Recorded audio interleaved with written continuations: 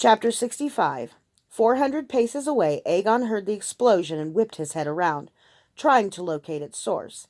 The Caladoran army was camped to the west, but none of those distant soldiers reacted as if the explosion had come from them. He looked at his captain. "I'll send a runner to Lord Grayson," the captain said. The queen had placed her little brother Luke in charge of the scouts, seeming to think that she had to give the young Cretan some responsibility, and thinking that it was one he couldn't possibly screw up. The 17-year-old had decided that all scouts would report only to him. Only after the scouts reported to him, sometimes waiting for an hour or more in line behind other scouts, were they able to go to the lords who needed to know. Combined with everything else, it made for a lot of swearing from Aegon's officers. None of them voiced their fears. There was no need. Every veteran knew that they were going into battle with a raw army. Calling it an army was, in fact, a stretch. The units hadn't trained together enough to act coherently. Different lords had different signals, and in the crush and cacophony of battle, voices frequently couldn't be distinguished. One officer wouldn't be able to give a hand signal to the officer down the line to relay the general's orders, or even to react to a new situation. That, with the Queen's positioning of units according to politics, made every veteran grit his teeth. Aegon was lucky to get even the 1,000 men he had. He only had them because Duke Logan Geyer had spent all of his political capital asking it, and the men who had previously served under Aegon threatened mutiny if he didn't lead them. So Aegon had a tenth of the Cenarian army. The Queen had given him the center of the line, though she pretended that the honor had gone to the lord stationed next to Aegon. "Forget it," he said. "The battle will be over before we hear back from the scout. How are the men?" "Ready, my lord," the captain said. Aegon looked at the lightening sky. It was going to be the kind of day a man should spend beside a fire with utai or brandy. Dark clouds obscured the rising sun, extending the darkness into the day and delaying the inevitable battle. The flat field, which was really a dozen farms together, was bare. The wheat harvest had been taken in, and the sheep moved to winter pastures. Low stone sheep fences crisscrossed the battlefield. It would be a messy, slippery, awkward place to fight. That was a mixed blessing. Between the fences and the mud, the Caledonian heavy cavalry would be cautious and slow. Making a heavily armored horse carrying a heavily armored man jump over a fence onto muddy ground was a good way to kill both. On the other hand, it would slow Aegon's men too, and that meant it would give the Caledonian witches more time to fling fire and lightning. Aegon drew his horse up before his foot soldiers and archers. He had no horsemen except for his Sakage guards and witch hunters. Having heard Logan speak last night, Aegon knew that if he were here now, Logan would have made these men see themselves as part of something vast and good. Logan would have given each of them a hero's heart. Under Logan, these men wouldn't hesitate a second to give their lives. Those who survived, even if they lived maimed for the balance of their lives, would count themselves blessed to have shared the field with the man. Aegon wasn't like that. "I am a simple man," Aegon told the group lined up to face the horrors of magic and death. "And I have only simple words to give you. Most of you have fought with me before, and it—" Gods, were those tears? He blinked them away. "It honors me that you would have me lead you again. This will be no easy fight. You know that. But we fight an evil that cannot be allowed to win. It is up to us to stop this evil, and today is our only chance. Men, if we win, I will be stripped of command. So if you do what I'm about to ask you, you may be punished. But I ask you regardless. Duke Geyer has been given the honor of leading the first charge." The men rumbled at that. They knew what the Queen was hoping. Aegon held up a hand. "If he survives the first charge, I ask that you guard him with your lives." Aegon dare say no more. If they won, the Queen would doubtless hear of everything he said. His men were left sober and dutiful, ready. Aegon wished he were the kind of leader who left them cheering and fiery-eyed. But this, with these men, would do. He rode toward the conferring lords to get last-minute instructions. Not that he intended to obey them. Aegon had thought long and hard about how to charge a force that included witches, and he thought he'd come up with a better strategy than any of these peacocks could. But it brought him close for the last time to Logan. "My lord," Aegon said. Logan smiled. General, he said. He looked dashing in his family armor, though it had taken some alterations to make sure it didn't hang loose on his bony frame. Aegon struggled to find words. Sir, he said, you will always be my king. Logan put his hand on the general's shoulder and looked him in the eye. He said nothing, but his face told Aegon everything. Then a Sethi woman on horseback emerged from the line. Aegon didn't recognize her. She was armored, wearing a sword and carrying a lance. My lord, she said, addressing Logan, Captain Caladrosa Wynn, we've arrived. What are you talking about? Logan asked. She raised a hand, and the ranks of men parted in curiosity as 30 women, armored as Caladrosa was, came through the ranks, each leading a horse. Not all of them were beautiful, and not all of them were young, but all of them were members of the Order of the Garter. What do you think you're doing? Logan asked. We're here to fight. Everyone wanted to come, but I limited it to women who have had some experience fighting. We're pirates and merchant guards and pit fighters and archers, and we're yours. You have given us new lives, my lord. We won't let her throw yours away. Where did you get the arms? The women who couldn't fight all helped, Captain Wynn said. And 30 horses? Mama Kay, Aegon guessed, scowling. Yes, Mama Kay's voice rang out behind them. Thank the gods, at least she wasn't armored. Duke Geyer, your steward found a few fine war horses that the Queen's auditors somehow overlooked. You'll find these ladies eager to accept any orders that include fighting. These women aren't... Logan stopped. He wasn't about to insult them. He lowered his voice. They'll be slaughtered. Mama Kay didn't ask us to do this, Caladrosa Wynn said. She told us we were fools. But we wouldn't be swayed. Sir, yesterday you took away our shame. You gave us honor. It's fragile yet. Please don't take it away. What's going on here? What are these whores doing in front of my army? Tara Grayson shouted, reining her horse in viciously by Aegon. They're fighting for you, Aegon said, and there's not a damn thing you can do about it. Oh, I can't, can I? Tara asked. No, because of that, Aegon pointed. In the first hazy light of dawn, the Caledonian army was advancing. As Kyler and Vi ascended from the maw into Castle Sonaria, the hot stink in the air faded, and even the taint of Callie seemed to hang less heavily. He walked these halls just 4 months ago, taken some of the same passageways on his way to kill Roth Ursel. This time, however, he used a different strategy. By now, Caledonians would know all the castle's secrets, the back passages and false walls, the spy holes and hidden doors. This time, there would be no taking the tunnels right into the throne room. But this far from the throne room and the king's chambers, the tunnels were safer for Vi, who couldn't become invisible, so an hour before dawn they entered the passages and moved silently over the heads and behind the backs of scores of soldiers. Kyler didn't think they would have any idea he was coming, so he hoped their presence only meant that with a battle looming, Gareth Ursel wanted more security. The sheer numbers of soldiers worried him. With a battle coming, an ordinary commander would leave a skeleton crew at the castle. The king's chambers were in the west wing. Kyler and Vi left the tunnels in an empty servant's room at the base of the last flight of stairs before the king's apartments. Kyler poked his head out into the hall. The door to the king's bedchamber was at the end of a long, wide hallway. 2 Highlanders with spears stood guarding the door. Other than the numerous doors to servants' rooms that lined the halls, the hall offered no cover. Again, Kyler thought, not a problem for him, but a serious problem for Vi. Maybe he shouldn't have brought her along. Mama Kay thought he would need her, but it was starting to look like she'd just slow him down.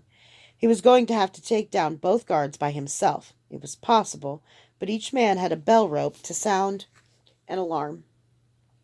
Kyler had no doubt he could kill them both, but killing both and getting them away from those ropes? Stepping back into the room, Kyler said, Why don't you wait here until they're... Vi was topless, unfolding a dress she'd taken from her pack. Kyler gaped, frozen. When his eyes finally lifted, Vi's expression was perfectly casual. He turned his head, blushing. A pack hit him in the stomach. Grab the bodice, would you? Vi asked. He pulled the bodice out of the pack and handed it to her as she wriggled into a tight serving woman's dress. She leaned over and pulled up the legs of her pants so they wouldn't show under the dress, again giving Kyler an eyeful. He coughed. She grabbed the bodice from his nerveless fingers. Seriously, Kyler, stop acting like such a virgin. Virgin? How he absolutely loathed the word. I'm sure it's not the first time you've seen a woman naked. Actually, it was, but Kyler would have died, for real, before he admitted it to Vi. Elaine had never let him see her breast, though she hadn't always stopped his hands from straying into that golden territory. She'd always wanted to save everything she could for when they were really married, and if Kyler had eroded those boundaries somewhat, bastard, every step seemed huge, a precious gift. It had been vastly frustrating then, but as Vi laced the bodice rapidly and adjusted the amount of cleavage, it was different. For Vi, showing her breast was nothing. She didn't even turn as she grabbed each breast within the bodice and pulled it this way and that to show it to the best advantage. Kyler had thought that Elaine's weren't the ultimate of all breasts, but Vi's breasts were fuller, larger. You couldn't look at her and not notice her breasts. It automatically made her sexual, and yet to her they were just tits, tools. Elaine was less blatantly sexual, maybe less sexual, period. But there was something cheap about Vi's sexuality, something that told Kyler she took no joy from it. That had been taken from her, taken by her mother's lecherous lovers, by Hugh Gibbet, by Mama Kay's clients and casual fucking. Kyler's emotions skittered from aroused to mournful. Vi picked up a wicker laundry basket and stuffed it full of clothes, including her own tunic. Under the tunic she secreted a dagger. How do I look? The outfit did look oddly familiar. She'd shown substantially less cleavage that day, in keeping with the modesty of the Drake household, but they were exactly the same clothes Vi had worn when she tried to kill him. Son of a bitch, he said. She chuckled in turn, modeling for him. Does it make my butt look big? You get your big ass in the hall. She laughed and put the basket on her hip. She was provocative, gorgeous, tempting, and now she had to add fun to the mix? Damn it, he'd almost kissed her outside. No doubt he'd be wearing a knife in his back if he'd done it, but for a second he'd even thought that she wanted him to. She sashayed down the hallway, and the Caledonian's eyes locked onto her, one of them muttering an oath. Hello, Vi said, coming to stand in front of the guard on the left. I'm new here, and I was wondering if... Her knife slashed so deeply across the man's neck, it almost decapitated him. Kyler broke the other man's neck with a sharp twist and a meaty crack. Vi looked over where he was, or wasn't, since he was invisible. Unfucking believable, she said. She cleaned the dagger and put it back in the basket. Fine. You come in after 10 seconds or as soon as you hear my voice. If the God King wakes up, I'll distract him and you kill him. If he stays asleep, I'll take him. She opened the door slowly and silently and stepped inside. A few moments later she came out. Her face was green. He's not here, she said. What's wrong? Kyler tried to step past her, but she blocked him. You don't want to go in there. He pushed past her. The room was full of women. They stood frozen, like statues in various poses. One, on all fours, naked, supported a sheet of glass on her back, forming a table. Another, a tall noblewoman Kyler recognized but couldn't name, stood on tiptoes, stretched seductively, one arm and leg wrapped around the post of the God King's massive four-poster bed. Shalene Logayer sat, legs crossed in her shift, in a wing-back chair. Kyler didn't know anything about her except her reputation for a fiery temper. Her expression showed it, as did her disheveled hair and the tension in her lean muscles. Most of the women were naked, the rest wore little. 2 on their knees held a wash basin. 2 others held a mirror. One was manacled to the wall, a scarf around her neck. Kyler's breath stopped. It was Sarah Drake. Like all of them, she wasn't as still as a statue. She was a statue. With a little cry, Kyler touched her face, touched the lips he'd once kissed. They were as yielding as living flesh, but cool, and there was no life in her open, shining eyes. Her flesh, all of the women's flesh, had been frozen in place with some magic, then left there as art. Beneath the scarf, Kyler could see the bruises circling Sarah's neck. He looked away. There were 2 ways to die when hanged. If you fell far enough, your neck would break, and you'd die quickly. Otherwise, you strangled slowly. Sarah had died the hard way. He stepped away, but everywhere his eyes turned he saw gruesome details. The women wearing bracelets concealed gashed wrists. Chemises concealed pierced hearts. Those wearing more clothing did so to conceal the imperfections of their taxidermy. They were the ones who'd thrown themselves from their balconies and now had bulges where no bulges belonged. Kyler staggered like a man drunk. He needed air. He was going to throw up. He burst out onto the God King's wide balcony. She sat on the stone railing, feet hooked through the posts for balance, leaning far back, naked, a nightgown in her hand, fluttering in the wind like a flag. Mags. Kyler screamed. Talent leaked through his fury, and the scream reverberated over the castle, echoing back from the courtyard far below. All life in the castle stopped. Kyler didn't notice, nor did he notice the Kakari rushing over his skin, the face's judgment covering his anguish. He hammered a palm down on the stone railing and crushed it on one side of Mags, then again on the other side. Then he lifted her and carried her back inside. The feeling of her skin, so like living skin, was obscene, but her limbs were locked in place. He laid her on the bed, then tore the bolts holding Sarah Drake to the wall. He laid Sarah beside her sister. As he covered them, he saw that each girl's left foot was signed in a bubbly script, as if their corpses were art. Trudana Jadwin. Vi was staring saucer-eyed from him to the shattered 6-inch stone railing. "Fucking fuck," she whispered. "Kyler, is that you?" He nodded stiffly. He wanted to remove the mask of judgment, but he couldn't. He needed it right now. "I checked the concubines' rooms," Vi said. "Nothing. He must already be in the throne room." Kyler's stomach flipped. He jerked involuntarily. "What?" Vi asked. "Bad memories," Kyler said. "Fuck it. Let's go." Dawn was coming. By killing the 2 guards, they'd tipped their own hourglass. Someone would check the men's post soon, probably at dawn. Worse, the Cenarian army's glass was already draining. The battle would begin soon, and then the nasty surprises would start. If Logan were to have a chance to be king, Kyler needed to hand him a victory. Killing Gareth Ursel would unman the Caledonians.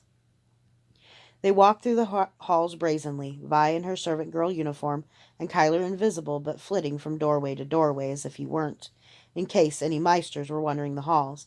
As they came to the last hallway, they passed 6 of the largest Highlanders Kyler had ever seen. Kyler dodged behind some statuary as he saw that the Highlanders were accompanied by 2 Verdmeisters. Most curious of all, the protection seemed to be for one woman. Apparently one of the God King's concubines or wives, all wrapped up in robes and veils so that not an inch of her skin showed. When Kyler drew his knives to kill them, Vi laid a hand on his arm. He turned Judgment's eye on her, and she flinched, but she was right. A fight here was a distraction that might jeopardize the real mission, and there was nothing that was going to stop Kyler from killing Gareth Ursel. Kyler's stomach was a riot. It didn't quiet even when the group rounded a corner and disappeared. This was the same hallway he'd stood in with Elaine and Uli when he had gone to his first death. He calmed. Gareth Ursel was far more powerful than Roth Ursel, but Kyler was more powerful now, too. He was more confident. He'd been a boy trying to prove he was a man then. Now he was a man making a choice, knowing what it might cost. He smiled recklessly. "So, Vi, you ready to kill a god?"